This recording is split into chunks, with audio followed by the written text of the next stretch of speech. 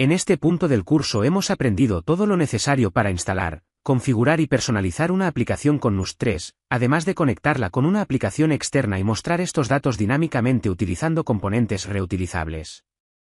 También aprendimos sobre la instalación de módulos para NUST 3 cuando descargamos el módulo Tailwind CSS.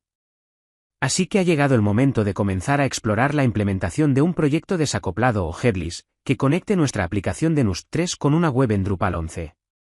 Al explorar en el listado de módulos de la página oficial de NUST, descubrimos que la librería Axios, que utilizábamos en NUST 2 para este tipo de tareas, ha sido sustituida en esta nueva versión de NUST 3.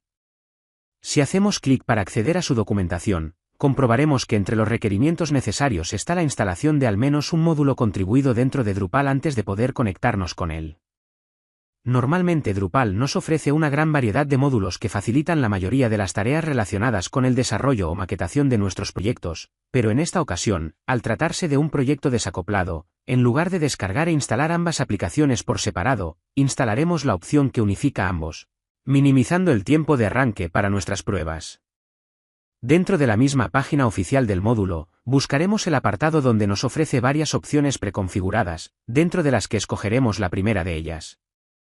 Al hacer clic sobre este enlace, nos llevará al repositorio que incluye proyecto headless completo, para que podamos enfocarnos en aplicar e investigar lo que hemos aprendido hasta el momento sobre NUST 3, sin la necesidad de conocer demasiado sobre el uso de Drupal.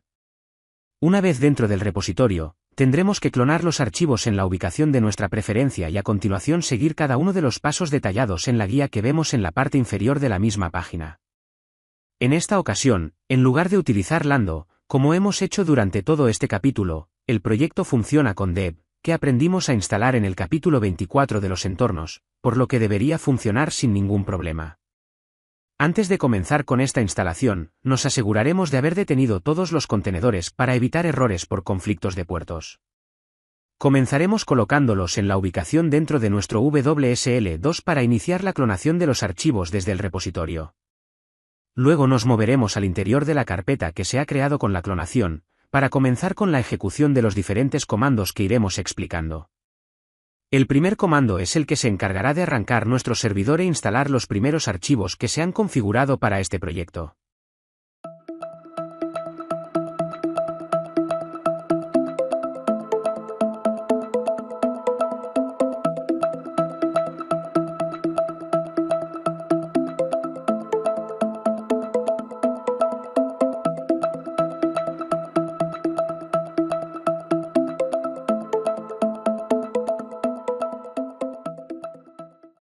Al finalizar la primera descarga se mostrará un pequeño informe sobre los archivos descargados. A continuación, el comando siguiente se encargará de descargar los archivos específicos para que funcione la parte del backend, es decir, la web de Drupal.